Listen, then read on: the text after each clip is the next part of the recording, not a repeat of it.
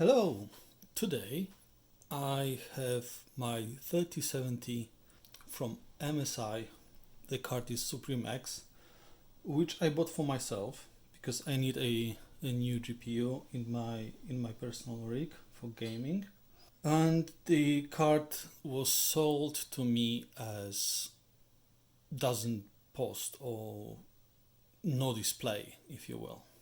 Unfortunately, what happened, I've lost all the footage from the teardown, from the, I don't know, it was like 5 or 4 hours of footage. Of course, it won't be that long on YouTube. It will be heavily cut. But what happened was I turned off the Google backup without firstly disconnecting my phone from the Google backup, from the Google Drive thing. And when I disabled that on my PC, it just removed all the files and then sent the command to remove the files to my phone, which is stupid. If I knew, but I didn't. So I've lost it all. Let's recap what I already done and what I found was wrong and still is with this card. So there is no vCore rail.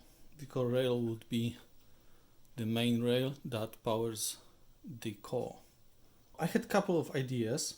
That was back in November, I think, or early December. I didn't have PEX rail, of course. I did have 1.8, I did have 5, and I still do, but there's an asterisk to this. I'll get to it in a moment. So everything was there, but no PEX, no vCore, no vMem, right? I've measured 5 volts here, and then I was like, okay, there is a short somewhere here. I found 7 ohm short there. And I've injected, if I remember correctly, 2 volts into the 5 volt rail there. And what happened was a trace was glowing. A very small trace was glowing. And I was like, okay, this card is done because probably the trace is inside because I can't see anything outside and probably touches the one of the ground planes inside and the card is dead. But something like a couple of days ago, so again, I've recorded the entire thing with the conclusion that I will be revisiting this later, or pretty much no conclusion. What happened, I had a hunch a couple of days ago, and yesterday with help of a couple of friends from Discord, we sat down to it yet again. And I told them what I saw, and I think the card may be dead. And they said, yeah, maybe, but let's try some things. What we ended up doing is injecting the voltage again. We went through the same entire process that I went through previously, just, because if we want to diagnose something online, it's better to just start over instead of jumping into someone's findings because they may be wrong for one, but I also because the people that try to help you, they have the entire picture, right?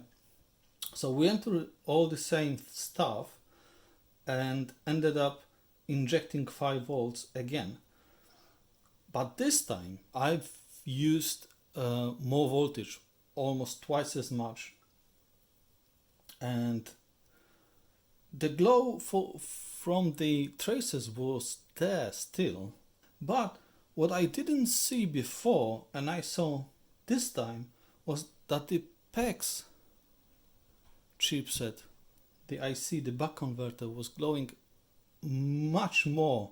When I pointed camera into there on angle, the camera will stop even showing me the traces because it was so little difference in heat between the PCB and the trace. When this glue, it went 45 degrees Celsius in a couple of seconds. So I've changed the IC. I've measured the 5 volts there again, right? And this time we have a very healthy resistances. But still, there is a secondary fault. So basically the 5 volts is generated right there. You can see the 5 volts on this inductor there, but it's not there. Like there is a internal, so still it is internal fault, but not the kind of fault I thought it was. So basically I went through the schematics, I went through the board views, and I'm sure there is a broken via somewhere. Maybe not a trace, but well, via is still a trace. But you know, there is something broken, and 5 volts works here, here, and the rest of the card. But this entire section right there does not have 5 volts. So, what do we do in this case? We use a wire, a small wire like that.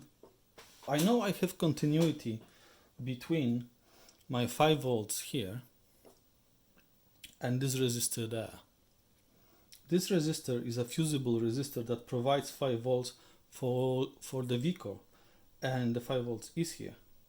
So all I need really is a 5 volts for this small logic in here that is hiding behind the display port and behind these capacitors. This small part of the board is not powered by 5 volts, so we will provide 5 volts from the resistor, but from the bottom of the resistor, so the 5 volt side, not the DRMOS 5 volt side.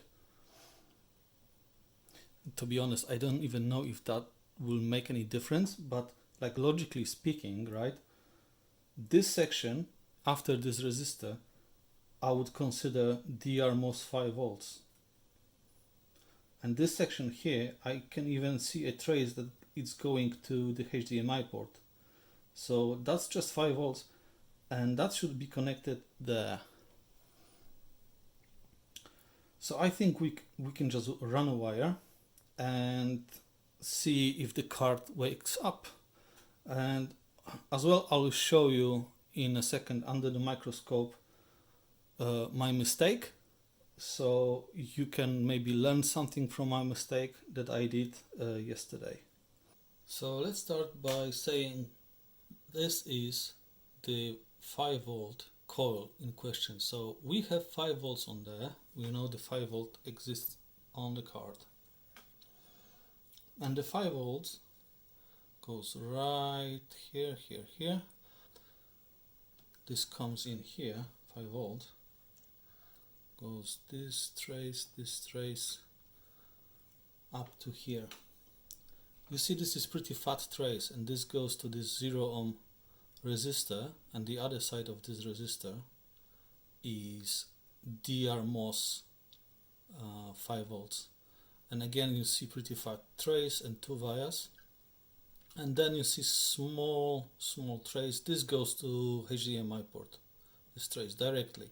So this is directly from 5 volts from the coil I just showed you. And the part that doesn't have 5 volts is right here, and you already can see my mistake. What I'm thinking, right, is that I need this to be more pointy. The 5 volts should come either this via, or this via. There is really no more places but these 3 vias. There's small traces, there is not much in here. This is responsible for taking in voltages or signals that other power rails are good, taking VCC in 5 volts that we are missing and outputting 5 volts on this leg. And this is all you want from this guy. The problem is the guy has no power, right? And there is no power. The power should be on this resistor and this part right here, and this resistor right here as well. I did a lot of poking, measuring and soldering in this area. This resistor is fine, by the way, even though it has like a hole in it. It's not a hole, it's just the paint. And this is 10k ohm resistor right here, and I was injecting voltage to this guy. And what I did, my lead to the power supply was connected through a crocodile clip to a wire that was soldered in here, and I wanted to turn the card over on its back because I was injecting voltage and I wanted to see if thermal camera shows me anything, and unfortunately the wire was too short and it went, torn the pad, torn this entire trace that went to these two, connected specifically because they are normally connected on the PCB, and I wanted a good connection for this piece of wire there. And see, this is moving, so it's not very stable, this thing, so we would need to stabilize it if it works, but it should work. I've beeped that all out, measured, it should be fine. Basically I have from this point to this point, right to here, I have 10k, so that is 0, that is 10k, and there is a connection there. And I also check the connection from here to here, right? But I think that 5 volts come in here for this specifically, and 5 volts comes in here and goes between these two wires as well. The problem is they don't really go to the other side of the board, so they go somewhere inside, right? There is many layers to this PCB. So the plan is now to solder a wire from this part in here. It is unpopulated resistor, it's like different configuration. We can leverage this guy here, and because this and this and this, they have continuity 0 ohms between those 3 points, so any point will do. But there is a resistor already here, this resistor is already up, so we will use this part here and we will solder a wire way down to this guy, and we will solder to here. Alright, and I'll connect the card and see if the core will get hot. If it gets hot, that will be progress, because for now it just does nothing.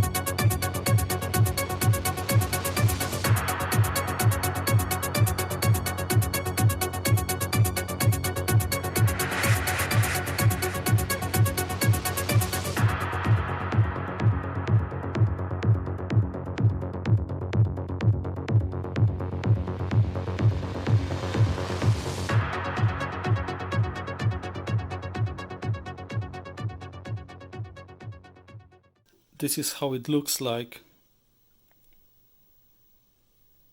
using your own eyes. So I'm very wary of this shorting to the capacitor, so I will use solder mask to just better isolate it. There is enough space, I think. Yeah, there is enough space. So just in case, you know, it melts, whatever, it doesn't short to anything on the board. But that's for later. Now let's just see if it starts. There it is, all connected. HDMI to this monitor there. Just a temporary heatsink that may short to all the components as well, but this is fine. It's only like 160 pounds explosion. Right, let's start it. Where's my button there? Anything?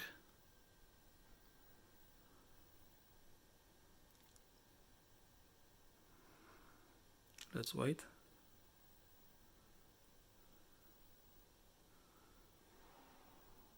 Yeah, it's still thinking.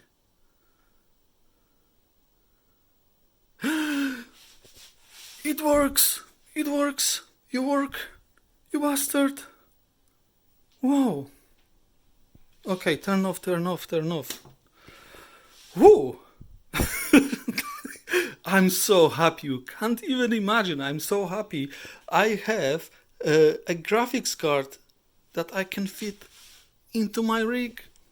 Yes! A few moments later. Okay, let me show you what I have. So it's not pretty, but I've made sure it's not touching anything, and if it went through any component, it's all masked out. Also used here a dot of super glue and there as well.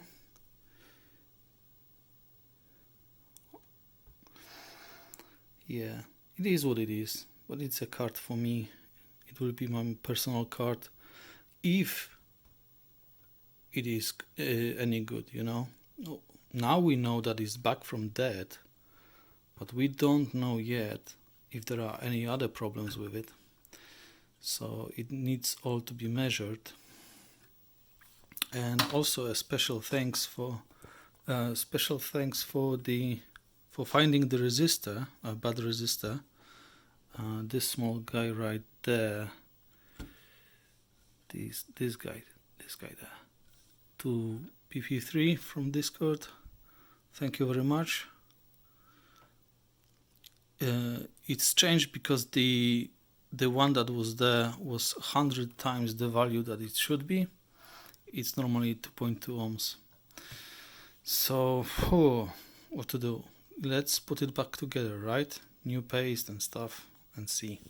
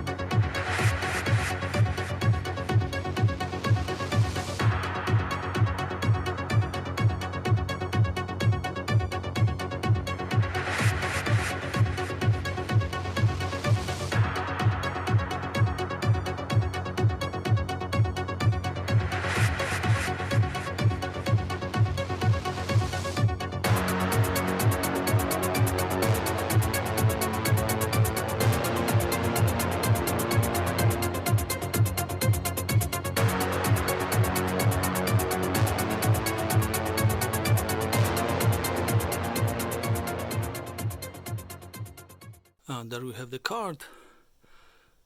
Now you can see, compared to the rest of the rig, it's kinda rusty. So yeah, it wasn't well taken care of. But let's start it, see if it blows up or what. It does shine, does have RGB shine to it. Oh, it's my RAM stick. Yeah, and also this.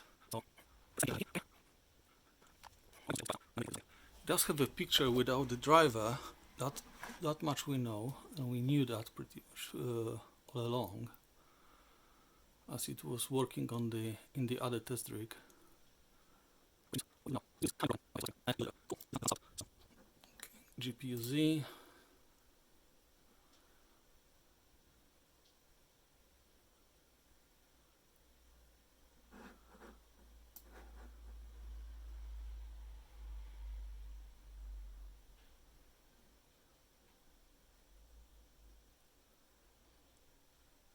All seems normal. Okay, let's put it there and let's start Heaven for starters, right? Something light.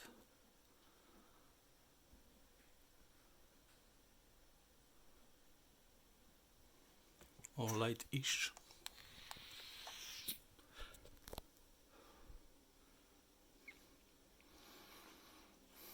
No artifacts to speak of for now.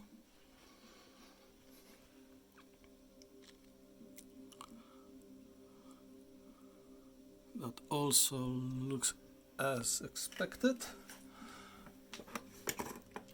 Let's switch to sensors and see what the GPU is doing. All the megahertz are there.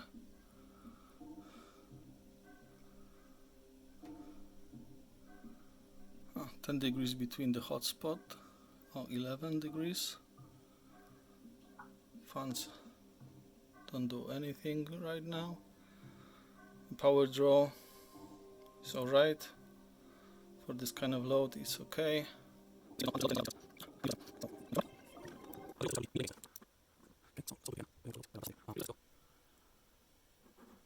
You will destroy your GPU.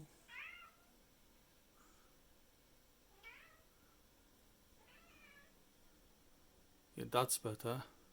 Almost full utilization of everything, and we have power draw to 80 watts. Good, and still maintaining the 11 degrees Celsius between the hotspot and the core. So I think I'll stop the video here. Thank you very much for watching.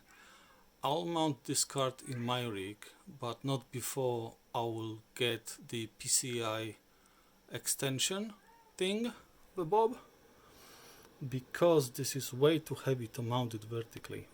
I want it mounted like here, like it's now, but in my rig. So I'm thinking, because my case supports the vertical mount, right? Or is horizontal? I never know. So I can mount it like this, but I need the PCI extension cable. So I'll go to town tomorrow, buy myself one, and mount the GPU. The stress test is still going. The card keeps at the 11 degree there, keeps the power draw. Yeah, so I'm pretty sure it's good. Thank you for watching again, and see you next time. The video about 1080 Ti that I'm refurbishing will be on soon as well, probably a couple of days or a week. See ya.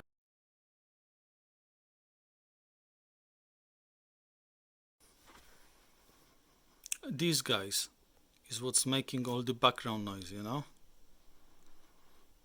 These two.